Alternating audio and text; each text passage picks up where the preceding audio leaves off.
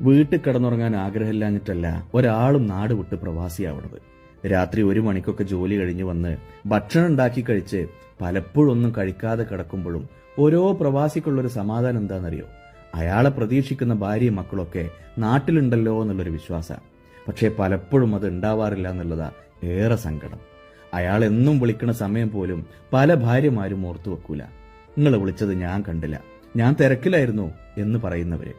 മക്കളുറങ്ങി, ഞാനും കിടന്നു, നാളെ വിളിക്കാം എന്ന മെസ്സേജില് ഒരു ദിവസത്തെ എല്ലാ വർത്താനം അവസാനിപ്പിക്കുന്നവര്. പ്രിയമുള്ളവരെ, പ്രവാസികൾ ഒറ്റക്കാവുന്നത് നാട് വിടുമ്പോഴല്ല, വീട്ടുകാര് പോലും അയാളെ മറന്നു തുടങ്ങുമ്പോഴാ. എന്താ വർത്താനം, നിങ്ങൾ കഴിച്ചോ, കിടന്നോ, നിങ്ങൾക്ക് കുഴപ്പമൊന്നുമില്ലല്ലോ എന്ന് ചോദിക്കാനെങ്കിലും നിങ്ങൾ സമയം കണ്ടെത്തണം.